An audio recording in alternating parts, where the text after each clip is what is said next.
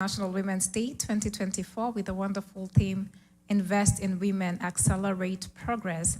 I'm happy, delighted to be a woman in 2024, and it is a great opportunity that we have to serve our world. And to every woman out there, happy International Women's Day, and I want you to know that you matter, you are important, and you are needed in our world. And so we are talking about investing in women and accelerating progress. And I want you to see yourself in that space where, as a woman, you have a responsibility to helping the economic growth of your country, of your community, of your family, wherever it is that God has placed you.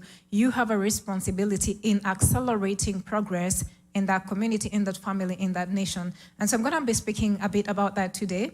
And as I start talking about it, I'd just like to share a personal story just to let you know how important women are and the impact that women can bring to our world today. And even on this International Women's Day, I would just like to also honor my departed sister who passed on tragically in Canada on February 18th this year. She was a bold woman, a courageous mom, a widow with 4 children, but unfortunately she passed on tragically. You can Google her, Delphina Wamboingigi, and you can see what happened to her. And we still appeal to you to give towards her GoFundMe so that we can take her back to home to Kenya. But having said that, allow me to share with you my story. And just for you to see the impact that you have as a woman. It is not something that is in you right now. It's something that has always been in you. And there's so many things, especially for us African women and where we are coming from, that we have to overcome. There are very many challenges that we have to overcome. And so I'm just going to tell you my story. And this is in the 90s when I'm in high school. And my brother, if you know me, you know my story. My brother had a heart disease for many years. Up to 2013, it was 25 years of struggling with a heart disease. And this heart disease just came and it emptied our finances. And so at some point, my family was struggling financially because we had to keep my brother alive. And so I'm in high school in the 90s. And at that time, my brother gets another problem because your heart has 4 chambers and it has 4 valves. And the valves help to move blood from one chamber to the other. And so his first valve failed in 1989, the other one failed in 1992, the other one would fail in 1997. How my brother lived is still a miracle. But I wanted to see how that impacted me, and I wanted to realize that it is important for us to invest in women. And so I come from a family where my mom was a teacher, my dad was in real estate and in business and in the petroleum industry.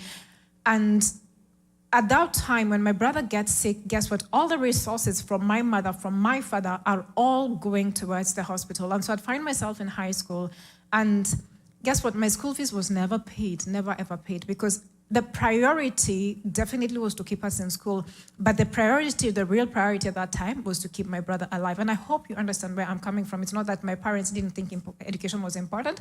It was, but even to me at that time, me going to school was not important. If my brother lived, for me, that was important. And so we were in that space that anytime we were, I'd go to school. In Africa, in Kenya, we pay school fees. And so we would pay school fees. And my school fees was never paid because it was just crazy, especially in 97 when my brother would go back to the hospital. It was just chaotic. And so 97, my school fees is not paid. 98, my school fees is not paid. And so I was always out of school more than I was in school, especially in my 3rd year in high school. I was barely at home half of the time. And I remember there's this time that I was out of school for such a long time that I was in school at the beginning and towards the end. I think I was home for close to 4 weeks because there was no school fees. And at this time, I remember my mom used to tell me, you know what? You have to be your own teacher. You have to take your own responsibility. And you have to realize that you still have the books, because even if the teachers have sent you home, you still have the books and you can continue reading at home. Because whatever they're being taught in school, I have the books, I can self-teach. And my mom was a teacher, so she was also helping me, regardless of all the drama that she had to deal with. And so I'm home, and I only have 1 more year of high school, and I finally go to high school, my final year.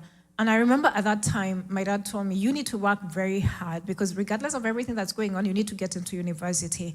And I want you to understand as women, regardless of the challenges that we are struggling with, the challenges that you're fighting with, education is very important. And I'm sure there is a woman who's going to listen to this in Africa, and she's wondering, what is she even saying? I want you to know that when we invest in education as women, regardless of how meager the resources are, it is going to pay off at the end of the day, because I believe, and I'm a very firm believer in education, and as an educationist, I have seen how education can open up the lives of people.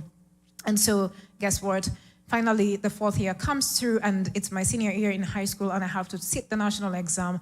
And it was chaotic because I had to catch up. I had to play catch up for the many years that I had already, missed out being in school, and finally take my national exam. And it was in my last year of high school where, I also made a personal decision that I was going to work hard. And regardless of whatever my outcome in the national exam was going to be, I will own those results. And I chose to work hard. I worked hard, and as God would have it, guess what? I was called to the University of Nairobi. The rest is history, and I ended up becoming an educationist. What I want you to see is my story, where I am coming from, the struggles that I have had to fight for me to be where I am today, and for you to realize that there are challenges that will want to stop you from becoming the woman that you were created to be, because everybody has a divine purpose that they are created to accomplish.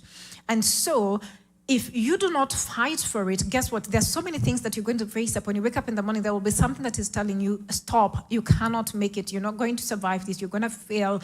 Or you're going to wake up and you're going to ask people, help me. And they're going to be telling you, we have other issues to deal with and we would love to help you, but the best we can do is pray for you.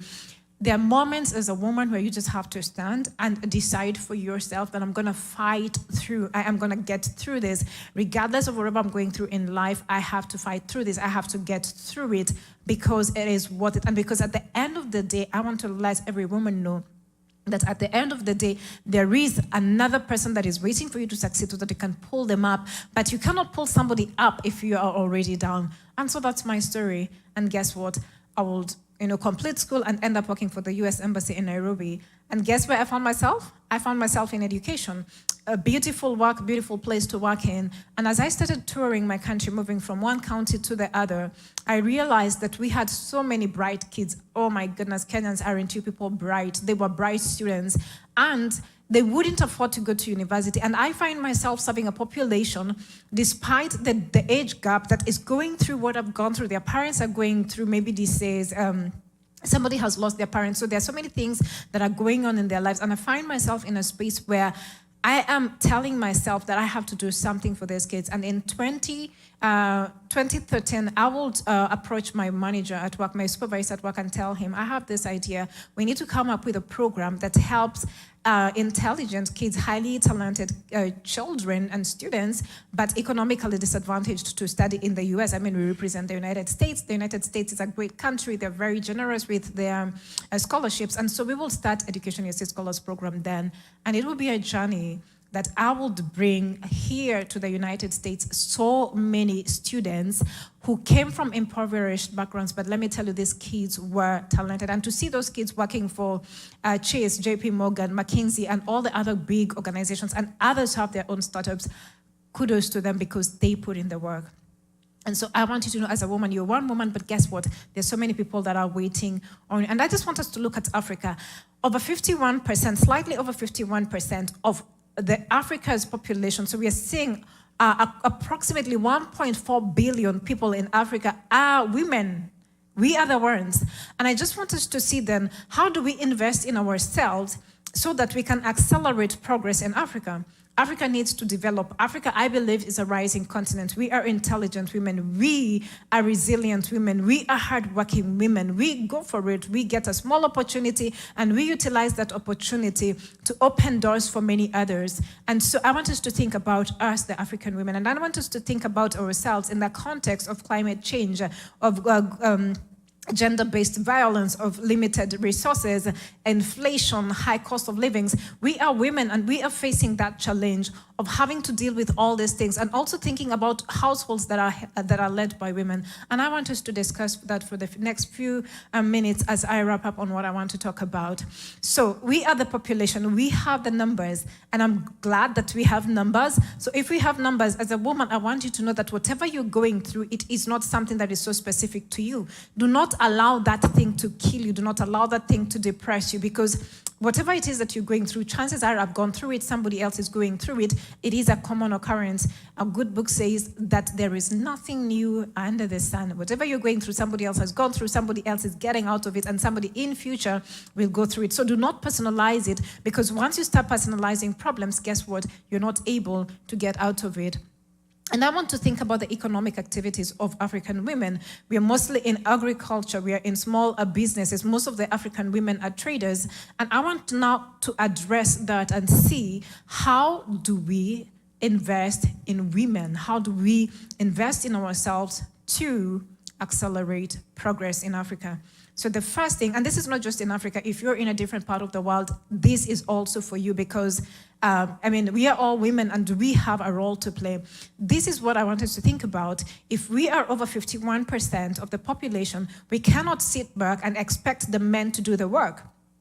Because it's like having a football team, but only 50% are doing the work. It doesn't matter how well the 50% play. If 50% are out there looking at them and cheering them on, it's not going to be successful. If 50% and 51% in Africa is looking at the 49% of the men in the field and saying, you could play better if you kicked that ball, if you did this, you could have scored, it's not going to work. We all have to work together. We are a team. Men and women are a team. And I want you to know that even as I talk about investing in women, it's not just women investing in themselves, because it's not going to work. We understand our cultures better than anyone understands them. And so I'm talking to also the men, our fathers, our brothers, our uncles, our sons, to come in and also invest in us and women and just give us that push for us to be successful. And I'm going to talk about a few things. The first thing that I want to talk to us as women is the power of collaboration. We have the numbers. Can we collaborate? Can we work together and create something amazing? Number two, can we stop competing with ourselves? The only person that we should be competing with is ourselves. The best person for me to compete with is myself. I need to be a better version of myself tomorrow than I am today. But if I'm competing with myself, with other women, then it's not useful. I'm not helping myself. And so I want us to think about collaborating and complementing each other. How can I complement another woman? She could be in Botswana, she could be in Zimbabwe, she could be in South Africa. We are working right now, Royal Diadems Academy right now is working on a partnership with a South African non-profit for us to train the wives of chiefs and kings, basically queens, on leadership. And those are things that we can do together. How do we come together? Do you have an idea that you can bring and find people who are in the same space? Are you a woman in tech and you have a beautiful idea and you want to bring it together? Can you look for women in tech that you can collaborate and bring that to bear?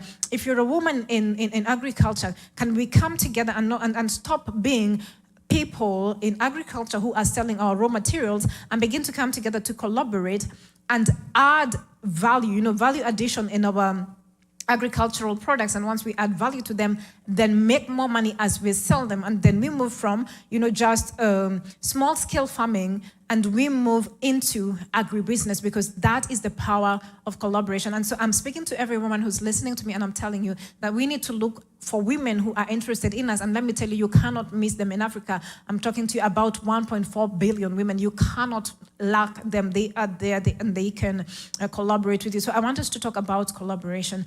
Number two, I want us to talk about our mindset. We need to come to a place where we believe as women that we can do it. As a man thinks in his heart, so is he. I want us to come to a place where we acknowledge the fact that you and I have everything that we need for us to be successful.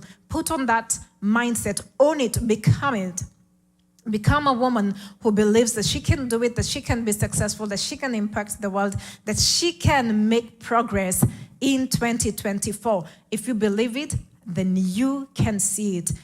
Number three, I want us to think about diligence. We need to continue working hard. I know that there are many things that we are looking at and wondering what's the use, but there is use. We need to keep working hard. We need to continue knocking on those doors. We need to continue working on that project. We need to continue building that dream. We need to continue, trying to make that dream come to bear. And maybe you're working on a project and you've tried it so many times, it doesn't mean that it doesn't look like it's going to work, but you know that it has possibilities. Keep working on it. Do not lose hope. Think about the person who created the light bulb. If he gave up on the 700th time, we wouldn't have the light bulb today, but he kept on working and working and working at it. You need to be diligent and keep working on it, regardless of whether it's working out or it's not working out. Keep working at it. The fourth thing that I want us to talk about is prayer. Whoever it is that you believe in, you need to pray. I'm a Christian. I believe in God and I pray. We need to pray at this time. You need to pray for yourself. There is something powerful when you know that it's not just you, but you and God, you and the superior being that you believe in. You are a better team. You need to pray for yourself. In 2024, we need to pray. When you pray, when you become a prayerful woman, guess what? You become a better person in fighting the wars that you are going to fight in 2024. Because the progress that we need to make, we are definitely going to be fighting some things. We're going to come up against challenges. We're going to be finding ourselves as, at a place where we feel as though we are in a place of disadvantage. But I want you to know that if you can keep praying, you're going to go through it. Number 5, I want you to think about free resources. Maybe you've never gone to school and you are interested in getting into something. It's very important that you invest in yourself. Go to YouTube University. There are so many resources on YouTube. And most of us today have a smartphone. If you don't have a smartphone, there is a possibility that in your household, there is somebody with a smartphone. Use those smartphones to go to YouTube and get free resources. Once you get those free resources, what do you do with them? Make yourself better. Learn something. See how farming is being done in other countries. See how women are trading in other countries. See how people have created, processing units for, adding value to their agricultural products. Improve yourself. Understand how business is done. Understand how exports are done. Understand all those things so that way, the education that is getting removes the barriers that you have in making progress. And finally, number 6, I want you to invest in yourself. Take time to invest in yourself as a human being. Take time to take care of yourself. Take care of your health. Take care of your mental status, because we are living in a world of mental stress. And allow me to speak to this as a woman in Africa. We don't believe in going to see a counselor because we believe that we are strong women. We are Black women. We are strong women. If you know that you need help, if you're going through a stressful situation and you need to talk to someone, you can talk to your religious leader, you can talk to your pastor, you can go, to your women's meeting, talk to them. Look for somebody who is mature. You need to think about somebody who is mature and somebody that you can confide in. We need to get to a place where we have less women depressed in 2024. Look for somebody that you are going to talk to and somebody who can be useful in your life. And as I wrap up on this speech for 2024, I want to celebrate every woman out there. Congratulations for the great work that you do to make our world a better place. And we believe that we are in a space where we are investing in women. As a woman, look for another woman that you can invest in. They could be where you are, they could be beneath you. It could be, girls in high school. Let's reach out to girls in high school and impact them. Let women invest in women. And don't say, I don't have anything to give. You have something to give. You have an experience that you've gone through that you can share with another woman to make their lives easier. You have a personal story, like I've told you, my own personal story that you can tell to somebody else to make their lives better. I look forward to celebrating you as you do you in 2024, and I know that you are going to be very successful. Above all things, I pray for every woman, wherever you are, that God is going to bless the work of your hands, that God will lift you, that God will help you overcome every barriers in your life. And I want you to know that you're a strong woman, and guess what? You're going to make progress in 2024. Again, I'm Her Excellency Wairimu Faith, and I'm the founder of Royal Diadems Academy. What do? We empower women in leadership. Happy International Women's Day.